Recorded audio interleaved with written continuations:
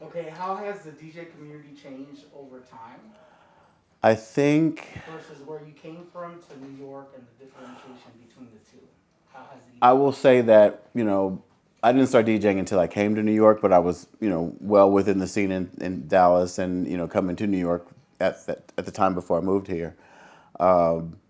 I feel like the way it started was more centered around the music. Okay. It was everybody experiencing the music together. Mm-hmm. It was, if you want to hear Junior Vasquez's new remix, you have to be at the club to hear Yeah, it. yeah, yeah, yeah, If you want to hear so and so mash up so and so with so and so, you had to be there and you yeah. told people about that experience.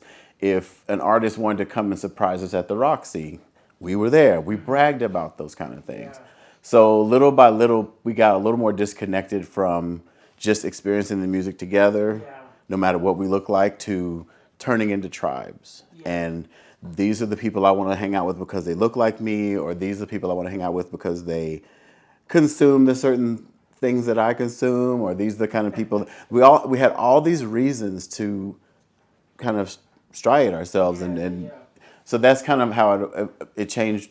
And now it's stare at the DJ like we're a puppet show. Don't talk to anyone around you. Mm-hmm. Take video. You can have every 3D angle of every party now because Yeah, everyone's filming. It's now we're in our own little bubble, yeah, and it used to be a clique of people. Now you're in your own bubble, and the people you want in their own bubble around you. We're all in our own little pods now. So I would say that now the current state of the DJ community now is, it's not just what you play. It's, you have to do a show. yeah. You have to do cartwheels and backflips behind the DJ booth. You have to throw cake at people. You have to you have to have a gimmick. And I didn't grow Yeah, up with a gimmick. When I was coming out and wanting to be a DJ, it was because of the music, and I did not want to be seen. And yeah, you needed a detective to find the DJ booths. yeah, Late 90s, early 2000s, they were in like a control tower. It yeah, wasn't, we were not front and center. So now I still, even just getting ready for this interview, I'm like, oh, I got to do all this stuff to get ready. yeah, I'm used to being behind the Wizard of Oz, behind the yeah, scenes, and just yeah, you watching you enjoy what I play, not look at me to see if I'm enjoying it and then you enjoy it. It's kind of, we have a physical influence that we shouldn't have. yeah, It's how many LED screens are behind you? Do you yeah. have a package? Like, you need a video Not package of even all the close. visuals. You need to. Yeah, It's just so much more of a. I want to call it an experience, but I mm-hmm. just feel like you're taking everyone's focus away from what they're hearing, and flooding it with what they see and who's around Pyrotechnics. them. Just, I get it.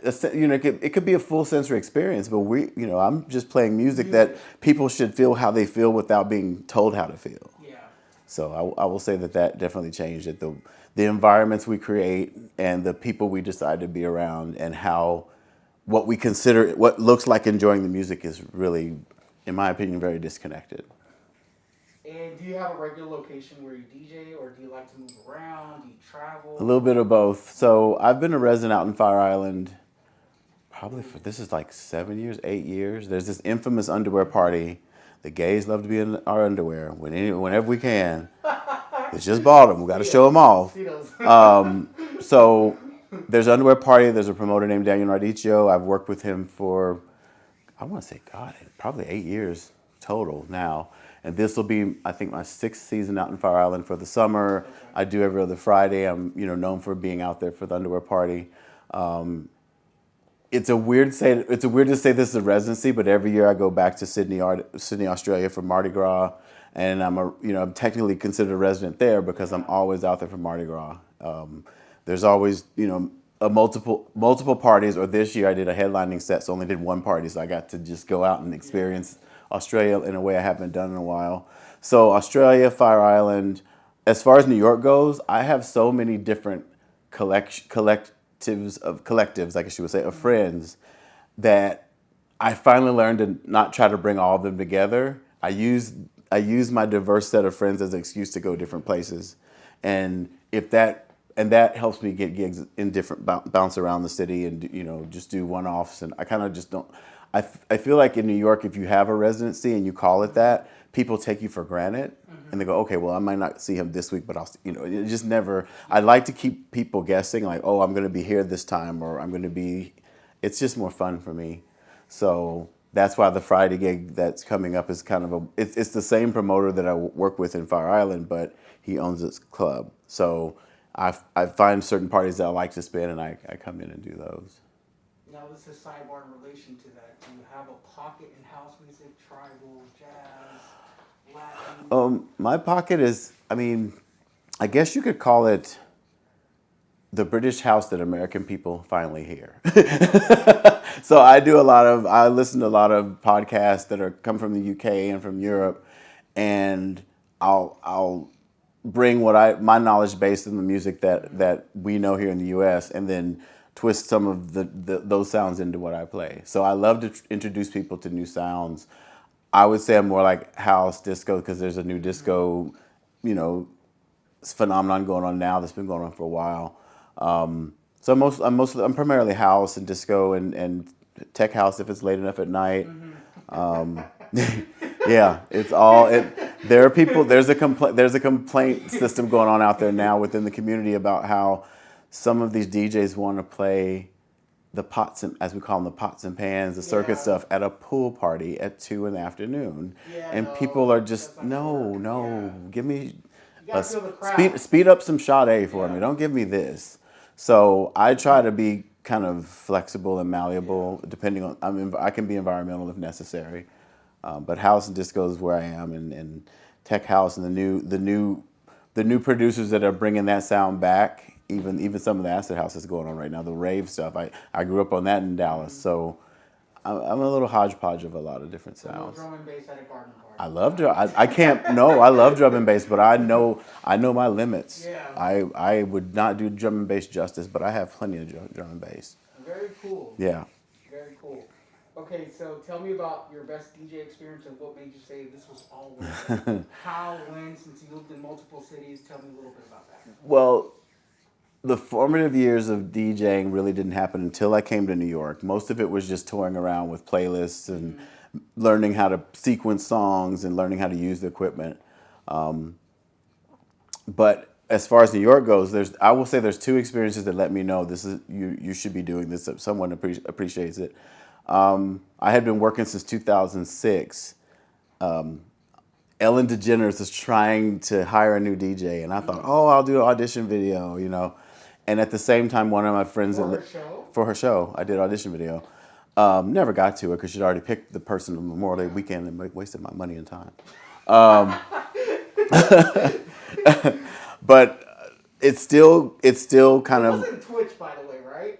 No, it was the guy. It was the guy before Twitch. It was the guy before Twitch. It was the guy before Twitch. He was. I want to say he wasn't even a DJ. He was like a stand-up comedian, but it wasn't really about DJing. It was just that was her band instead of having a DJ. So right before I decided to do this audition video, a friend that had moved to New York before I did was having his 30th birthday. I'm like, oh, okay. He goes, I know you're trying to get into DJing. There's this bar called Vlada. Would you be available for it? I'm like, for you, of course. Like, I didn't think anything of it.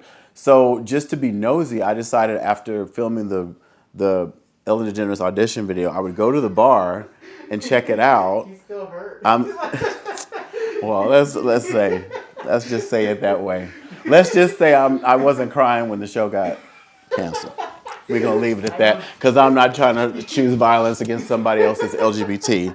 Let's just leave it at that. But I went to the bar after my I guess I wanted to pay everyone or thank everyone for helping me film it. And I liked the bar. It was cute. And I was like, oh, I'm Corey Craig. I'm coming to DJ my friend's birthday party Saturday. Just nice to meet you. So that was a breakthrough because it was the first time I'd ever spun. Yeah. And for a crowd at all. Yeah. And the owner comes to me and says, if you want Saturday nights, they're yours.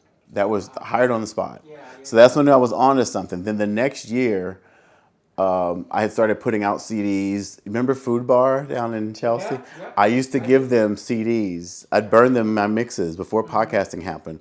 I would burn them 10 copies of every mix I recorded, and they would play them at Food Bar. Oh, that's so and people would come and, So all these things lead up to what my first big breakthrough that really, really took off for me.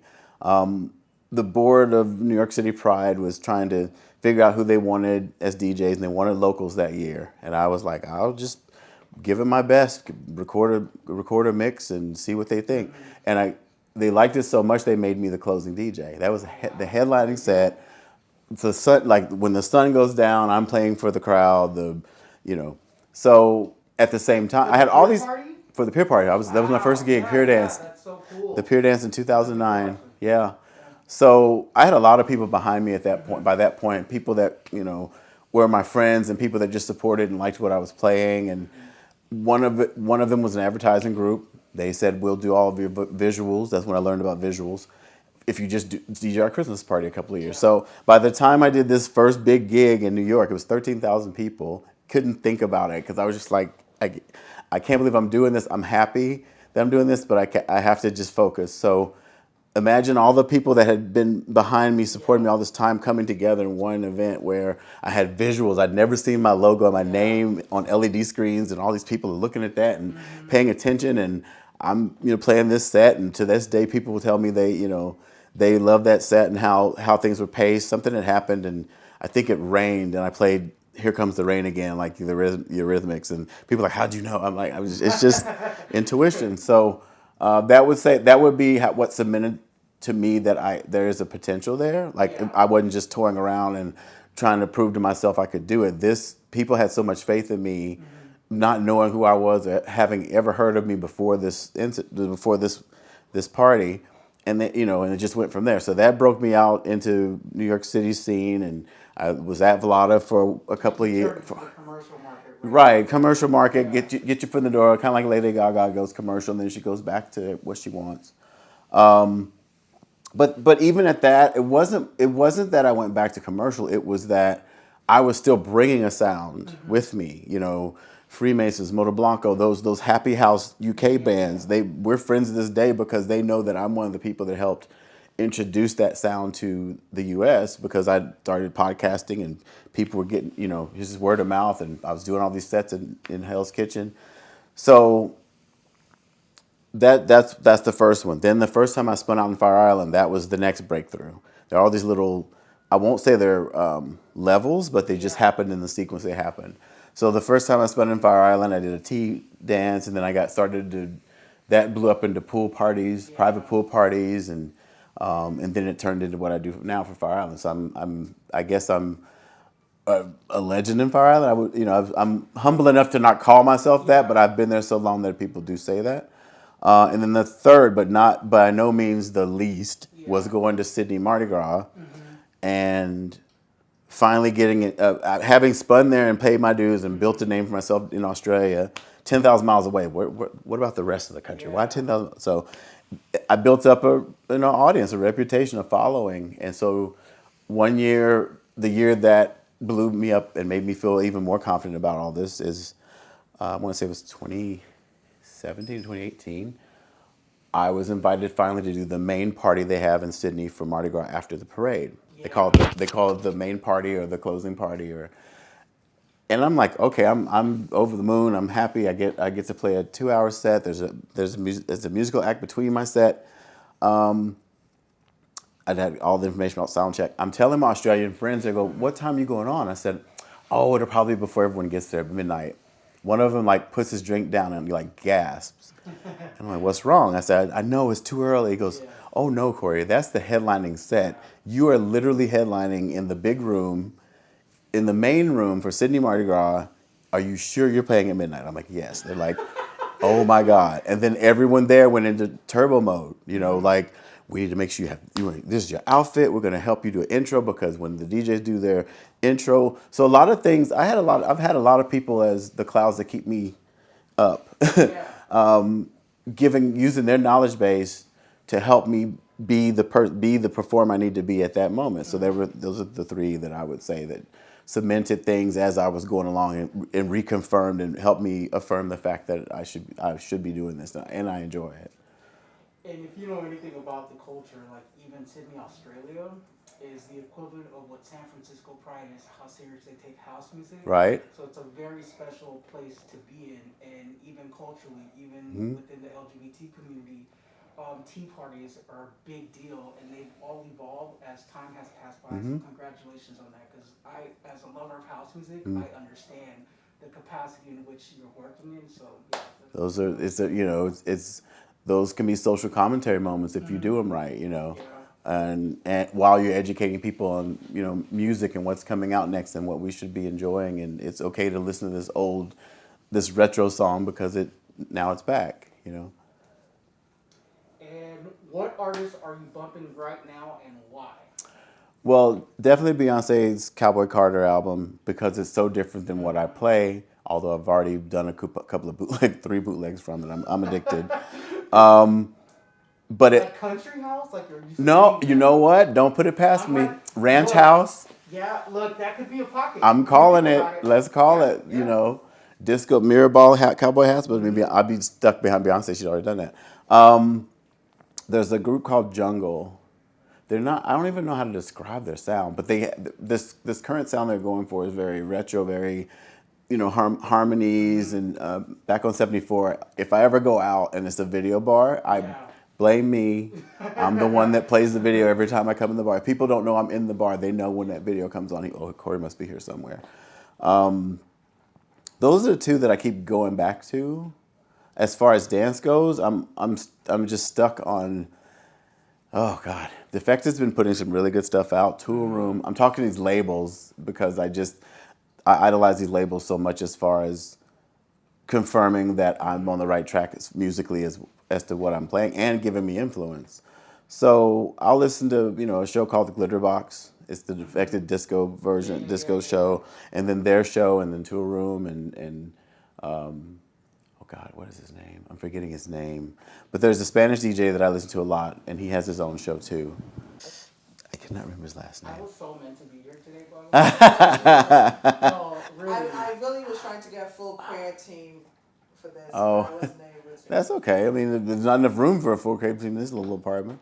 No, but I'm saying because house music is like a feeling, it's a soul thing. Uh-huh. And it's like to bring this type of dialogue from somebody, it should be from somebody who understands it. So I really appreciate You've got the questions that I'm easy for me to answer. I'm forgetting his name. It's a Spanish. I'll just have to come back to it. We'll figure it out. No. His name is David. His first name is David, but I can't think of his last name. I think he lives in Madrid or Barcelona. He's done so many remixes lately, but okay. We can either cut him off or we David, can. our Not our cat. no. Oh, I was like, wait. Aguleda or something like that. No. You're thinking of David Archuleta. He was on American Idol. That's not who I'm talking about. No. He's one of the old school DJs. Okay. It'll come to me. Yeah. I'll think of one of his songs and it'll come to me. Okay. So what does it mean to be both an artist and member of the LGBTQ plus community? I think even that has evolved even over the past 20 years. When back in the earlier days, the LGBTQ nightlife scene was all about being the influence. Mm-hmm. People would come to gay bars and clubs to hear what was next. Mm-hmm. You would see, our allies, our gay-friendly allies come to the bar with us together because they want to hear what's next. Mm-hmm. We've lost that somehow. So I still think no matter where we are, what decade we're in, what era we're in, DJs are still responsible for making sure that we have a musical consistency that can kind of keep us as a reference point for music. And if not, we can use music to kind of merge people that have nothing else in common. Mm-hmm. Sometimes all we have in common is that we're gay, but if you have music involved in that also brings other personality traits and other qualities out in people. What does it mean to be both an artist and a member of the LGBT? As far as a member of the LGBT community, as an artist, I think I explained it as well as I could. But as a member of the LGBTQ community, it's important if you have a certain level of visibility and you have a platform. I don't pretend to have like 100,000 people on any social media, but if something's on my mind as far as the political climate and how we might be in danger and how the trans community is in danger, I'm not going to shy away from that. If I can get someone to listen and understand that there's a problem that they may not be aware of, then why not? I've had people say, "Oh, well, all you're supposed to do is just play your music," and that just fires me up even more to go. Yeah. You know what? There's clearly something you don't know that we all need to know about and be aware of. So we can use however you feel. You don't. You're not. I don't think people. I don't think LGBTQ DJs have to do this. If they want to stay neutral on politics and not get involved, by all means do that. You protect your peace. But I can be very vociferous about certain issues that I think we need to be paying attention to. I won't always get it right because I am human, but I will say how I see things. And I'm not afraid to, as a member of the community, you should always be open to hearing different positions. So I think that's And it's actually an important place to be because house music does bring a lot of people from. yeah. People you wouldn't think like house music. Go see Honey Dijon at Battle Hymn, and you see people you've never seen before who just loved what she did for Beyonce. Super fierce. Yeah, I consider her a big sister. I talk to her not as frequently as I would like to, but I'll send her music. She'll send me feedback. We get in these goofy conversations. I've known her since my early days DJing too, where we were both at G Lounge together, and I'm just so proud of her. And I will always look at what she's doing as another person that shows that I can do this. I don't have to just stick into one community. I love since we're veering off, I love that Honey has positioned herself as a global DJ and not just the LGBTQ DJ. And I think that's also another responsibility we have if you really want to think about it is if we go out as LGBTQ people, we should not have to suppress that to be part of a festival or be part of these bigger events. We shouldn't have to segregate ourselves and only either be a gay DJ or a world DJ that is really quiet about gay things. So we have to represent the community within the bigger sphere of dance music, if you think about it.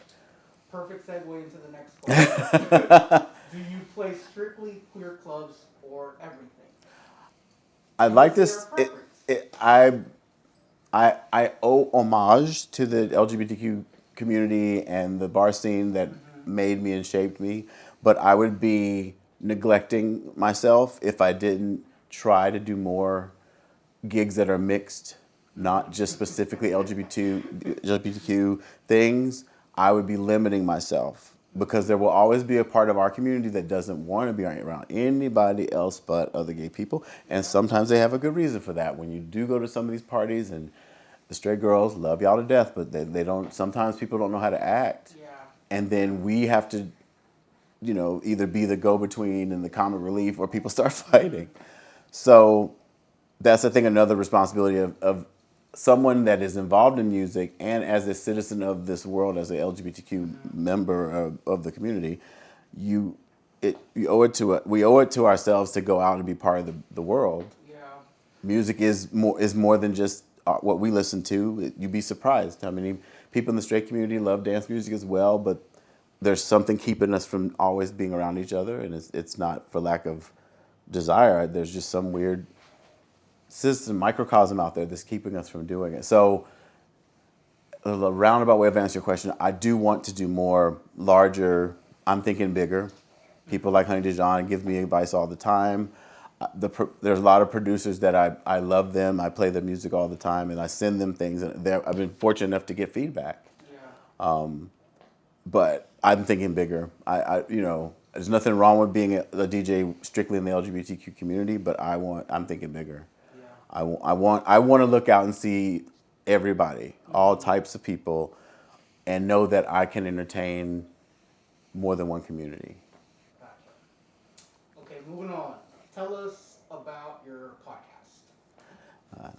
The podcast is basically, it's just music. I've been told I have a voice for radio, maybe a face for radio too. But it's not a commentary on anything. I just I got started in the podcast game so early that Before it became a fad. that I literally went out and bought an iPod filled all my mixes on it and gave it to Food Bar because I got tired of trying to explain to this bar how to use a podcast. That's how long ago I've been doing them. I've been doing them for a while. So it's basically, here's where I am musically. This is what I'm listening to right now. It's an hour. It could be a 45-minute set. It could be a live set. It's just music. It's one of those things that I don't know if I got grandfathered in as far as content goes, but I have a large following with it, and people use it to work out. People use it at their parties. It puts me in places that I probably would never be physically. You know, a pool party in somewhere I've never been, and I get to hear that they were listening to me. Maybe that's my strategy to finally veer off into doing bigger things, is that people from all different walks of life are listening to the podcast and enjoying it. And I don't do it as much as I used to, and I need to do more episodes, or at least record more of my live sets and put them out. But it's literally just music. It's what I'm playing now. If I can put some new things in that introduce some new things to people within the mix, make them curious. It's what made me curious when I listen to other people's podcasts. So I use the same little strategy. So it's just a musical editorial on where I am musically, what I'm listening to, what I'm going to play out. You look forward to hear. This is what you can hear when you. It's like a running audition reel. So let's say there's a venue out there that's interested in me. They've heard my name. They can go to the podcast. It is not about a radio voice. It's about the music. It's a straight mix. It's a continuous mix. Another perfect segue. What's your inspiration for the mixes you do on your podcast, which you kind of a little touched on that just slightly? Well, I will never claim to be the most skillful between transitions. I'm doing better. I'm not a train wreck. But when it comes to mixes, I will combine. I don't know if this is answering your question, but I will combine different genres if I can. If I can find before I knew Beyonce was doing Jolene, there was a remix out there of Jolene that was so updated it fit what I was playing, and I would play it with an Afro house version of The Boy's Mind. So The Boy's Mind and then Jolene going in. They were the same key. They fit perfectly, but. My technique for it is that I like to surprise people, because I remember being in the clubs back in the late 90s, and you would be surprised. I didn't know Madonna did this remix to this song. Oh my God, I may be the first person to hear it in a club. So I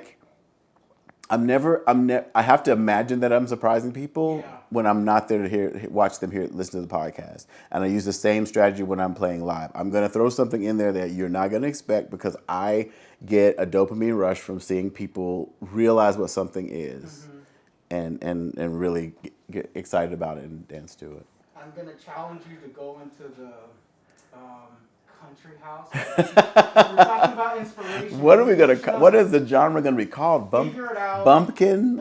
We'll come up with something. Something. Because when they start spinning Little Susie and freestyle music. Oh my goodness. That is like the best. Well, it could happen. Just find the pocket in there and challenge yourself. It could happen. I have not heard country house music anywhere, and that can be a thing. It could be a thing. It will definitely be a thing now, because we put it out in the universe.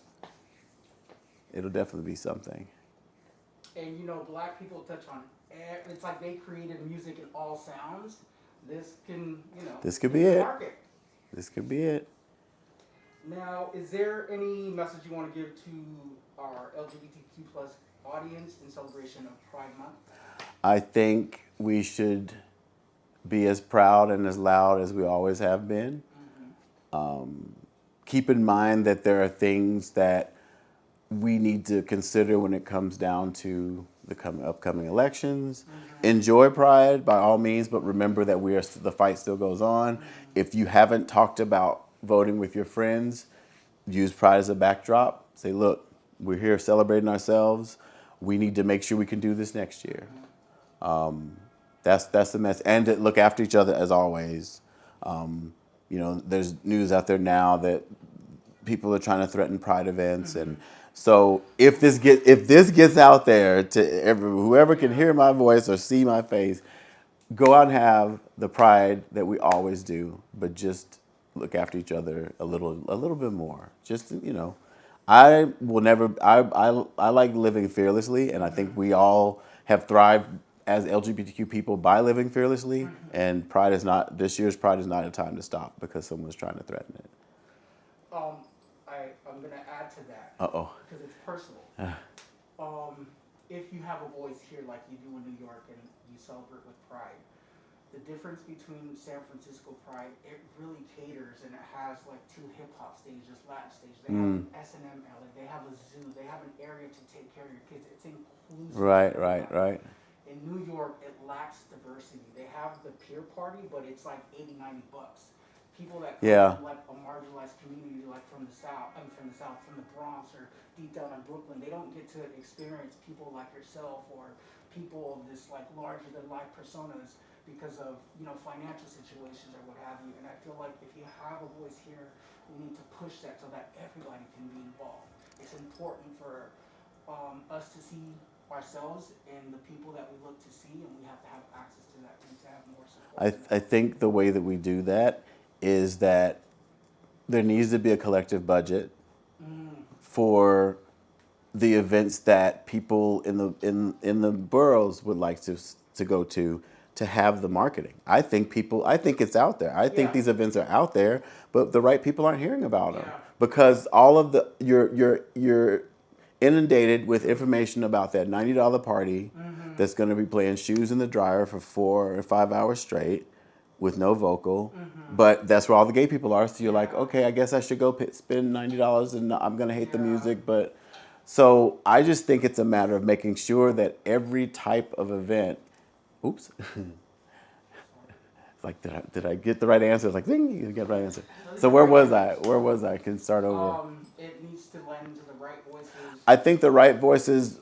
If I have a voice in anything, and I don't claim to have a dog in the fight when it comes to different musical styles than I play, but if we want to show that we are diverse in our pride, it shouldn't be about New York City Pride being the only thing throwing parties, and it hasn't been. Yeah. But it should also not be about just promoters throwing parties. Yeah. If it's going to be that, the promoters that throw the parties for, people of color, people, all these different diverse crowds, they should have a way, a little more support in advertising those events, because those events could have the potential to be bigger and bigger every year if there's support behind them, if people know that they're happening. If we don't, there's not enough. I will say it a different way. When Sydney Mardi Gras happens, there's a phone book. It is. I mean, we did it for World Pride, right? Something like that for Pride with a couple more pages that tell people that here are the other things going on. Here's that Latin Latino crowd or whatever. We are so strided in groups, but we don't give each of those groups enough marketing for what they're doing. So people end up going to things or feeling left out because all they hear about is, like I said, the super expensive parties that may not fit them musically, but that's where we all are. So it shouldn't have to compromise paying an exorbitant amount of money and not having fun or feeling seen. You should know that there are things out there. And I think the events are out there. They're just not getting the publicity they deserve. All right, we're down to our last 2 questions. Uh-oh. Are you doing any special events for Pride? Some things are in the works. I always go to Fire Island that Friday of Pride weekend. I always do it because there is a contingency of New Yorkers that want to get out of New York City during Pride. So they go out to Fire Island and we have a good old time. But as far as the rest of the weekend, I have no idea. Or there are things in the pipeline that are, that could very well confirm by the time by the time the day is over, I may find out about them. But as of now, there's nothing I can announce. And it's David Guetta. He did a mix with Kelly Rowland even at one point. David Guetta, he's had his moments. He's had his moments. It's not. I wasn't thinking of David Guetta, but he has had his moments. Yeah. This guy is David P, and I cannot think of his last name. It'll come to me. Too late. No. It'll come to me too late. It'll come to me too late. One of his songs will probably come on when I turn the stereo back on. And what are your other hobbies and passions that you have? As far as other hobbies go, I'm unfortunately really into binge watching, like just whatever the hottest thing is now. It could be anything on Apple TV. I'm a binge watcher. I do like to just try to go out and try different restaurants, be a little my own personal food critic and try different restaurants and different cuisines. I'm living in Hudson Yards. There's still places here I want to discover. I like finding speakeasies. It's kind of a weird. I won't say it's weird. You don't hear a lot of people talk about speakeasies. I like finding, and I'm not that much of a drinker, but I will go have it if if the cocktail is part of the experience. I will have one. So speakeasies are kind of a little hobby for me. I would like to find a group of people that like to go to speakeasies together and create our own little secret society, I guess. They do have a secret society. They just found out about people that go online. They find 7 strangers that don't know each other. Oh. They have dinner. I know they do it. They do it on Wednesdays. So cool. They do it on Wednesdays. Yeah. Yeah, that's so I had cool. looked into it, and it's like time not time out, time off, or time I don't know what the name of it is. something time's up or something like that. Yeah, I think that's smart. And so with that concludes our interview. Oh wow. Thank you.